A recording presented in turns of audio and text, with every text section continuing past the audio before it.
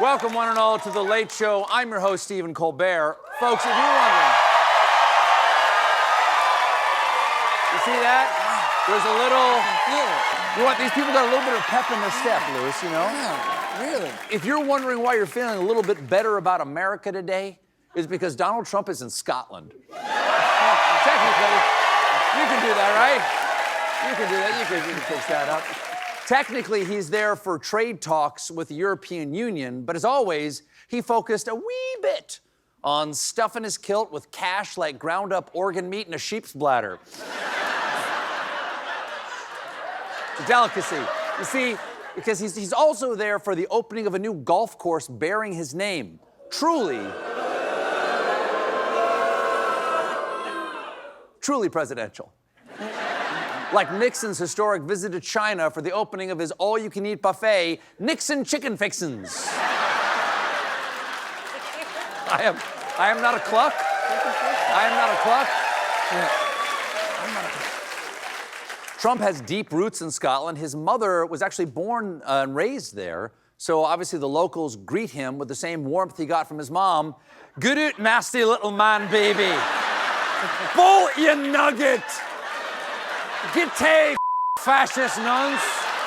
Hope your next jobby is a hedgehog. And several using the old Scottish blessing, Trump is a Wow. Now listen.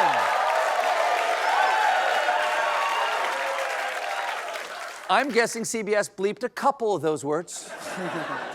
If any of them are words. While Trump was in Scotland, he announced a brand new trade agreement with the European Union. It replaces the old trade deal where Europe sent us cheese and wine. In exchange, we sent them our most annoying college students. Ciao, Bella. Oh, sorry, guys. I just got so used to, how do you say, speaking Italiano? Come si dice? How do you say?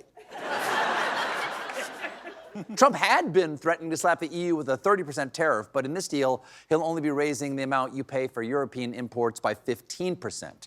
He made the announcement with European Commission President Ursula von der Leyen in Von der press conference.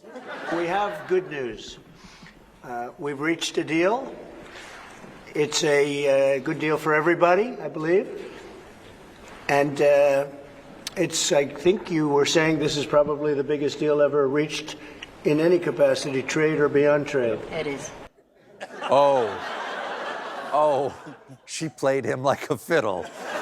I believe you were saying it's the biggest deal, that only the smartest, most handsome man would have agreed to this deal. I think you were also saying that anyone who signed this deal would never, ever have been on Jeffrey Epstein's sex island, sex plane, or yet to be revealed, sex Zeppelin.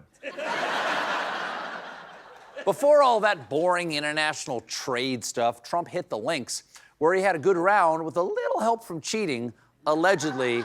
See if you can spot the alleged moment. Okay, he's in the cart looking for his ball. Those are his caddies up ahead, and bloop. There it is. Wow. I don't know. Bloop. Last time I saw a ball drop that obvious, Anderson and Andy were hammered. Turns out, like tossing salt over his shoulder for bad luck.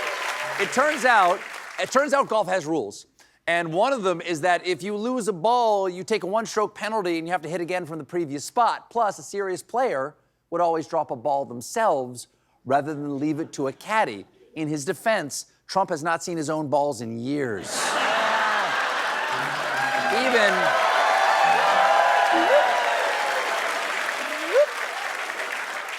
Even in Scotland, Trump couldn't escape the Jeffrey Epstein crisis. Right, Scottish reporter? Mr. Trump, can you escape the Jeffrey Epstein crisis? Maybe that's why we heard this. What's that song? I don't know, it's very famous here.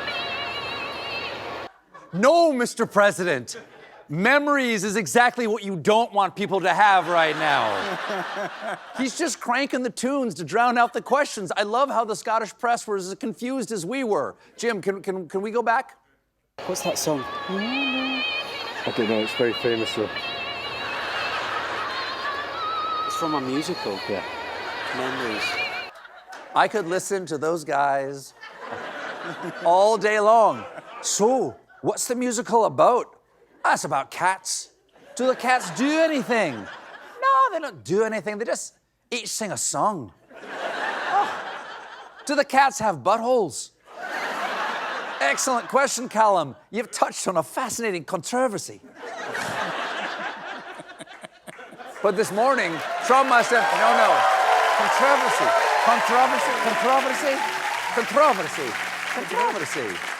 The great beastie with fangs and such. But this morning, Trump must have left his boombox at home because while appearing with British Prime Minister Keir Starmer, he was once again asked about Epstein.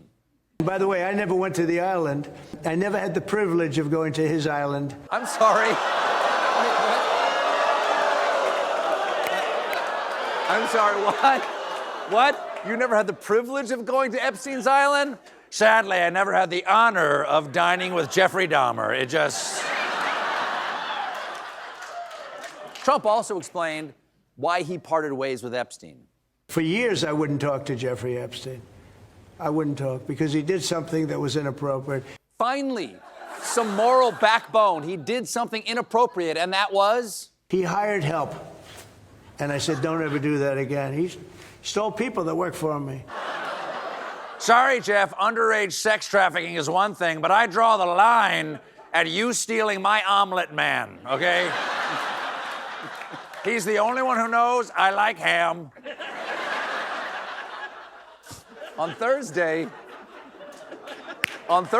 and Friday of last week, something totally normal happened. Trump sent his Deputy Attorney General, Todd Blanche, who also happened to be his personal defense attorney during the Stormy Daniels trial, to interview Epstein's convicted co-conspirator and Trump's double-date partner, Ghislaine Maxwell.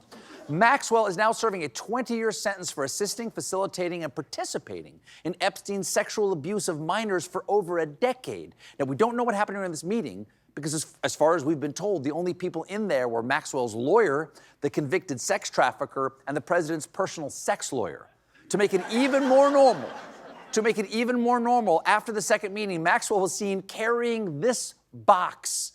Nothing suspicious about that. I'm sure they give all convicted sex traffickers with a decades-long connection to Donald Trump a box. She got a box, Epstein got a box, hers was cardboard, his was pine, all perfectly normal. Now,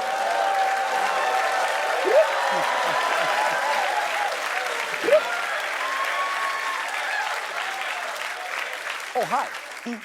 Oh, hey, there was some big news from the world of entertainment this weekend because according to this Fox News headline, Trump's FCC approved the Paramount Skydance merger following the $16 million Trump settlement and Colbert's cancellation.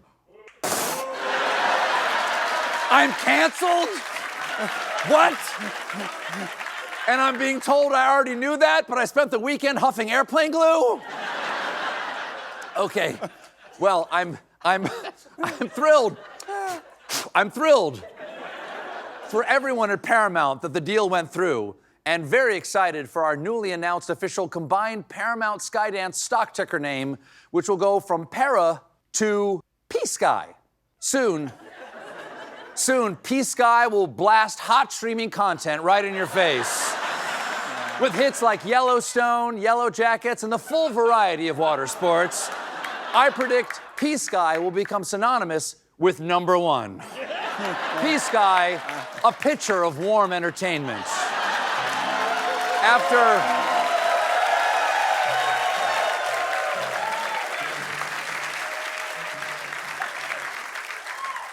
After months of delay, the deal was finally approved by FCC chairman and brilliant, handsome man who Paramount officials describe as liquid sex, Brendan Carr. Commissioner Carr knows that our show was losing tens of millions of dollars, and Trump did not have anything to do with the cancellation, as he explained on Fox News. Did President Trump have anything to do with the cancellation of Stephen Colbert's show? Well, here's what's important to keep in mind is a broader dynamic. When President Trump ran for election, he ran right at these legacy broadcast media outfits and the New York and Hollywood elites that are behind it. Look at what's happening. NPR has been defunded. PBS has been defunded. Colbert is getting cancer. Colbert's getting cancer? Was that in the Paramount deal? I gotta call my agent. I have a very strict no cancer clause. The most they can give me is a goiter. We negotiated that. Whatever is wrong with me, Trump doesn't seem satisfied with humiliating just CBS, because over the weekend he posted, "Wow, Comcast's NBC is down in viewership almost 28% this year. Their programming is terrible. Their management, even worse. They are an arm of the Democrat Party and should be held accountable for that. Likewise, fake news, ABC," adding, "In my opinion, their licenses could and should be revoked. MAGA." Okay, first it was CBS, now he's going after ABC and NBC. To which I say, come on in, Jimmy and Jimmy. The water's warm because of all the PSKY. We got a great show for you tonight. My guests are Matt Rogers and Bowen Yang and poet Ocean Vuong. And when we come back, meanwhile, join us, won't you?